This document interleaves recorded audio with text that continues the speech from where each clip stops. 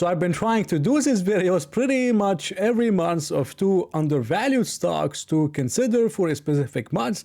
I did one for March and I talked about two stocks. One of them was CVS, and CVS hasn't been doing much. When I talked about it around $74, I made like 3-4 videos on CVS, and I promise you guys I'm not gonna talk about it anymore, but it seems like the stock might have bottomed and is starting to, realize the value. It's up around pretty close to 4% since I talked about it around, $74. It's an amazing company with a pretty good dividend. Again, you could go back and watch the previous video. Another stock I talked about before was Sandstorm, and this has been my best performers so far that I talked about here on YouTube. It was around $4.82, trading below liquidation value, and now it's up around 25%, $6.04. So this one has done amazingly well for us. But in this video, I'm going to talk about two stocks. One of them I talked about before, which hasn't been performing, the best. It's been flat.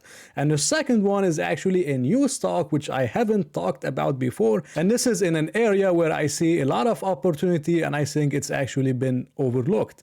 But before I start the video, I would like to make a disclaimer because I had a lot of confusion on my previous video. Whenever I talk about those stocks, I am not recommending them. I'm not telling you to buy them or sell them. I saw that people learned this mistake from copying YouTube gurus in 2021, but I was wrong. So I changed the title of the video. It was, two stocks to buy. I made it two stocks to consider because some people, thought that I'm telling you to buy it. I'm not telling you to buy or sell these stocks. And please don't go and try to copy me because I am not Warren Buffett. If you want to know whenever I buy and sell stocks, you could join my own, investment group, which is very cheap in my personal opinion. We have over 141 members now, in the group. You could check it out in the description below. But I can change my mind very quickly, which is why I don't talk about the stocks I own on YouTube. I talk about ideas because I want to have the freedom of maybe deciding to sell it tomorrow, and I don't have to make a video on it, which is why you should rely on those videos as research, and then you could do your own thesis and come up with your own conclusion when to buy these stocks or not. Now, having said that, I'm going to start with the first stock, and this is AVB, Avalon Bay Communities. All right. And Avalon Bay Communities is an apartment REIT, and not a lot of people are talking about apartment REITs right now. And I'm not sure why. I believe they have been personally, overlooked. Not a lot of people are looking at them. But this is an amazing company, one of the premier REITs in the apartments. And Avalon is trading at $166 per share, the same price it traded at in 2018. The same price, because I bought Avalon in 2018 and I sold it on a rally in 2019, and now 5-6 years later, I'm buying it for the same price that I bought it at in 2018, yet the rents are up like crazy. The yield is much higher, inflation is much higher, which those apartments likely appreciated, and all those things. And this REIT is trading at the same level it was trading at before. But Avalon is not alone. Most of the REITs have the same problem. The same thing with, American Tower and CCI. You look at American Tower, $204 per share. This is pretty close to the COVID lows and around the 2019 type of levels. This is American Tower.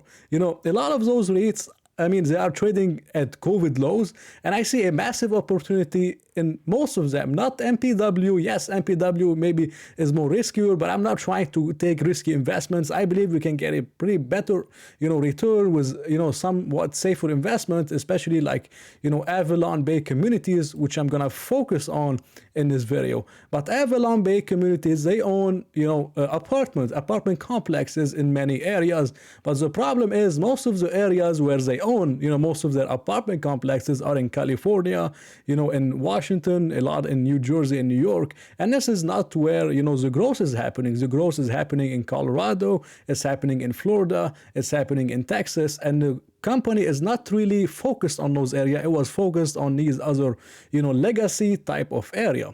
but the management is actually making a change, and they have been investing heavily in some things they call, expansion regions, from established regions like New York to expansion, regions like Miami, like somewhere in Texas, North Carolina, South Carolina. You can go on their website and, check it out. They have been selling assets in the more, areas like New York and New Jersey, California, and they have been investing heavily in Florida and Texas, where they can see more rent appreciation and more property appreciation. And the management is pretty smart. You can go and look up, their track record. They actually have been selling a lot of properties in 2021 whenever we had peak and crazy real estate prices. So it's a pretty good management. They're also doing a lot of things, to try to generate more income. Like, this is something they have. It's like Avalon Connect, some high-speed internet service.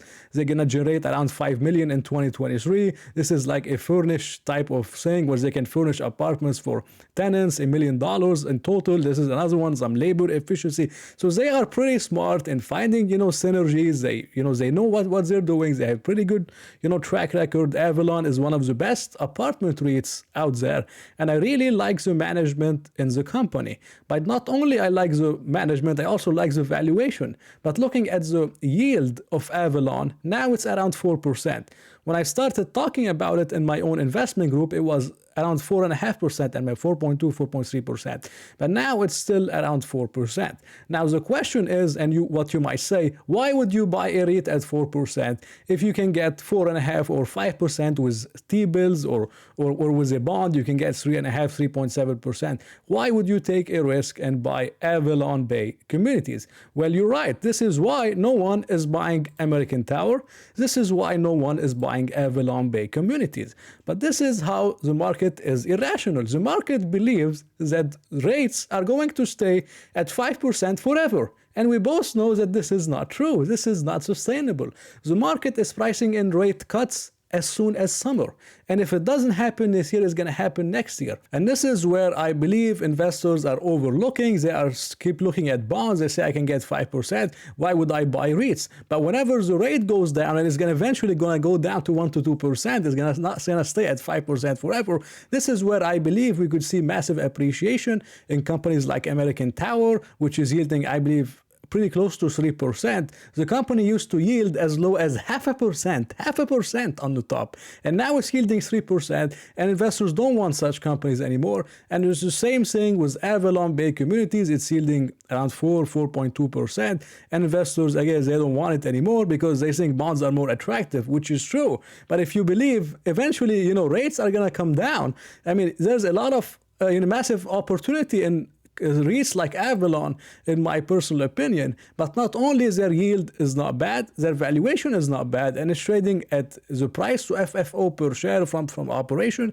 is trading around 16 times. Now, this is pretty close to what I was trading at in March 2020, pretty close to the COVID lows, one of the lowest valuations since pretty much 2013 over the past 10 years for this REIT. And it traded as low as 12 times. And this was, I believe, on the, deep in the March 2020 lows. It traded as high as 28 times with a mean of 20 times, and now it's trading at 16 times. So I believe this is not expensive for Avalon. I think it's a pretty fair, price for what they have, for the properties and the quality of those properties that they actually have. It's much lower than we used to be trading at. 21, 22, it's still at 16. So combining the dividend yield and combining it with the valuation, I believe the valuation is going to return to the mean as soon as interest rates come back to 1 to 2%. This is the whole thing with Avalon. And Avalon, unlike other REITs, they did not have their, diluted shares outstanding actually go up massively, because as you know, most of those REITs, they try to issue shares and do all those things. Actually, Avalon has been buying back stock recently in 2022, and they are doing it right now in 2023, and they can do it because their payout ratio is not very high, on the dividend. So this is not like your typical REIT REIT where the shares outstanding are skyrocketing every single year. This is not the case with Avalon. And their debt is actually not bad at all. They don't have a lot of crazy maturities. Most of them are fixed, 4.2%, 3.5%. They have one, which is variable with SOFR. I believe this is more of a credit facility, but the rest is between 2%, 3, not more than 4.5%. So it's pretty good terms on those loans. I don't see any problems with Avalon, with people stop paying rent and then Avalon just can't do it anymore. They had, pretty amazing yield on cost. You can go and check their website. I don't want to do a deep analysis because I have two stocks to talk about, but you could go on your own, website on your own time and go and check out all those numbers that I'm talking about with Avalon. But I think at such levels in terms of evaluation, expansion, which we could have in the future, maybe not as high as 28 times, but at least back to the mean of 20.5 times, and you're collecting 4% dividend, which is growing, I believe, 6 to 10% every single year with a REIT. I believe this is a pretty good a value proposition. Avalon could still go down. I'm not trying to pick any bottom, but based on everything I talked about, we can determine that Avalon is not expensive, and many other REITs, I haven't looked deep in American Tower, but I see a lot of opportunities in REITs. All these other stocks have pretty much rallied except those REITs. And whenever rates begin to come down, maybe late in 2023 or early 2024, investors are going to be hungry for yield. And they're going to look at those REITs which have a lot of growth, they have stability, and they also have a dividend yield. And this is where I believe we could see a reset, back to maybe, 250, 260 on American Tower and something pretty crazy on Avalon, which both of them are trading at historical lows. And it's not like they're stop growing or people are gonna stop paying rent. They're gonna keep increasing this rent. They're gonna collect rental income, pay the dividend, do acquisitions, do buyback. It's business as normal. But the market is too pessimistic, and I believe there's a massive opportunity with REITs that not a lot of people are talking about. Now, in terms of my second stock, which I talked about before, this is British American Tobacco, and I did say that this could be a good stock for a long-term investor. It could be a good stock for a dividend investor. It could be a good stock if you're a trader, because the company is just bounces between pretty much 34, 35. It goes as high as 46, mostly 43, 44. Then it goes back down, then it goes back up. And if you're good with call options and you're good with options in general, you can buy British American Tobacco right here, and then whenever it goes up, you sell $40 or $45 calls, you collect a premium, and then whenever BTI goes back to 35, 36, you could sell this premium or buy it back for a profit, and then just keep doing the same thing all over again. And I have been doing this for years and years with British American tobacco. But what I want to talk about with the company is mainly their combustible, the new category type of revenues, not the legacy business. They have massive expansion into the vaping and all those things. And they have been growing 33% revenues. 33%, pretty much compounded in the new categories, vaping and all those type of product. And this is going to be the key for this company in the future. And unlike Altria, BTI haven't overpaid for Juul or those other products. They actually built those brands. They built, pretty much billion-pound global brands. Vuse is the #1 global, value share. Something like Velo. Velo is also pretty popular, but most of their, revenues growth is coming from Vuse, which is where there could be a risk with British American Tobacco that I haven't mentioned in my other video. Is the United States, they are trying to ban Juul, and I believe they banned it, I'm not sure, but they're gonna try to do the same thing with Vuse. And if they do the same thing with Vuse, it could potentially affect their, some of the growth for British American Tobacco. But I don't think this is a big, problem at all. But this is the value proposition with the company. The company is growing 3 to 5% revenues. It's not a declining business. It's actually growing pretty much every single year. It's trading, I believe, 7 or 8 times earnings. And now the company is yielding actually an 8% dividend. I'm not sure why it says 7.5%, but it's over an 8% dividend, growing 3 to 4% every single year. And I'm going to give you a pretty basic calculation of what the analysts are expecting for British American Tobacco. What I would expect as a base case for British American Tobacco is no multiple expansion, right? Like no multiple expansion at all. If they grow 5% revenues every single year and an 8% dividend, that's a 13% return every single year, not counting any multiple expansion.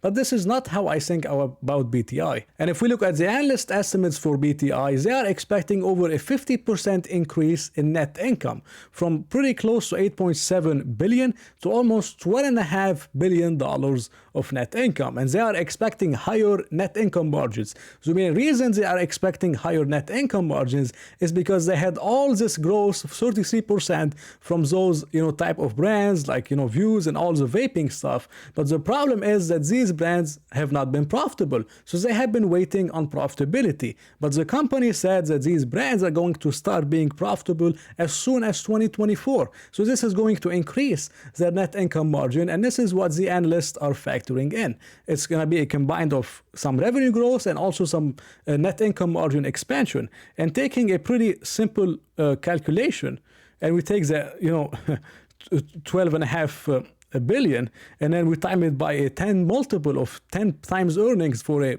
BTI, which I believe is pretty fair. Now it's trading 7 to 8 times earnings. But if they do get 10 times earnings and they do get this valuation, this is a $125 billion market cap. The current market cap is 62 billion pounds. This is, I believe, in pounds also. So 62 billion pounds. This number is around 125 billion pounds. This is more than 100% on the upside for British American Tobacco, not counting the 8% dividend you're going to get every single year.